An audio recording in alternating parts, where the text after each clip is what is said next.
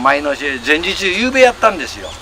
前日に鹿島踊りをね島神社を奉納して、それから祭りが始まったわけほんで終わってね、今度はやっぱ28日の夜最後にやっぱお宮祭へもう魂っつうだな、あれを納め終わんと、今度はまたその最後にやっぱ島神社で踊りやって、でお祭りが終わるわけなんだよね。昔はねこの船だってね、もう祭り終わってね、ここへ一気に浜へ上げたんですよ、人力で、人の力で。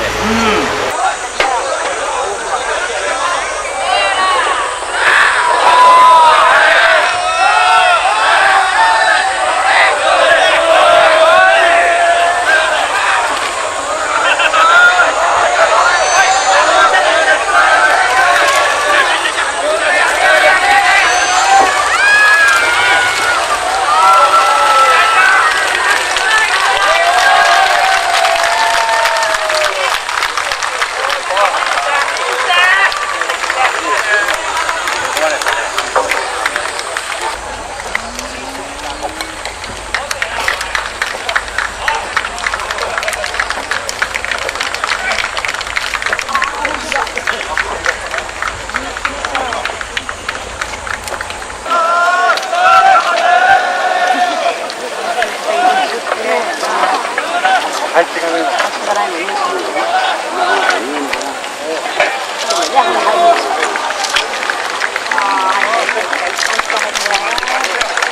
これちゃんだから一番前にするの。そう？多分そうだ。